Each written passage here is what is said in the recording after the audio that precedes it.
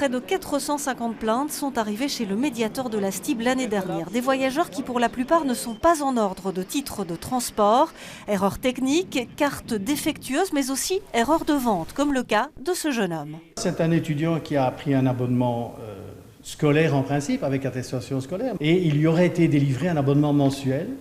Et il ne s'est rendu compte de ça qu'après quelques semaines de stage où il n'a pas utilisé les services de la STIB.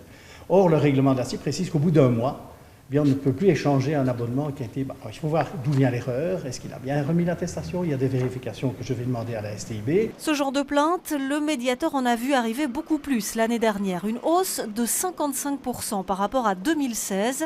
Cela s'explique par l'augmentation significative du nombre de contrôles.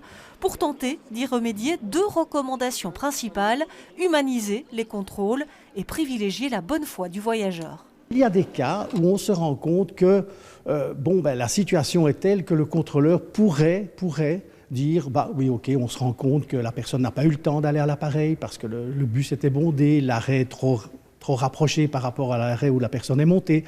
Des choses comme ça pourraient être de son ressort.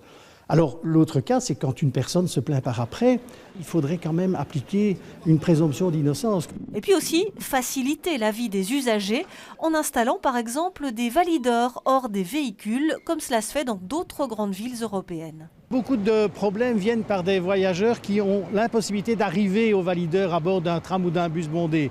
Alors on pense qu'à des grands arrêts, il serait intéressant de mettre un valideur dans l'abri. Des recommandations transmises à la STIB.